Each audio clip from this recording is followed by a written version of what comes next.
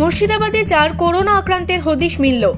3 জন দিল্লি ফেরত সুতি থানা এলাকার বাসিন্দা, একজন রঘুনাথগঞ্জ থানা এলাকার বাসিন্দা। দিল্লি থেকে দিন 7 আগে বাড়ি ফিরছিলেন 3 জন। তাদের নমুনা পরীক্ষার রিপোর্ট থেকে করোনার হদিশ পাওয়া যায়। 4 জনকে রাতেই বহরমপুরে করোনা হাসপাতালে ভর্তির জন্য নিয়ে আসা হচ্ছে। মুর্শিদাবাদে 4 করোনা আক্রান্তের হদিশ মিলল। 3 জন দিল্লি ফেরত সুতি থানা এলাকার বাসিন্দা, একজন রঘুনাথগঞ্জ থানা এলাকার বাসিন্দা। দিল্লি থেকে দিন 7 আগে বাড়ি ফিরছিলেন 3 জন। তাদের নমুনা পরীক্ষার রিপোর্ট থেকে করোনার হদিশ পাওয়া যায়। 4 জনকে রাতেই বহরমপুরে করোনা হাসপাতালে ভর্তির জন্য নিয়ে আসা হচ্ছে।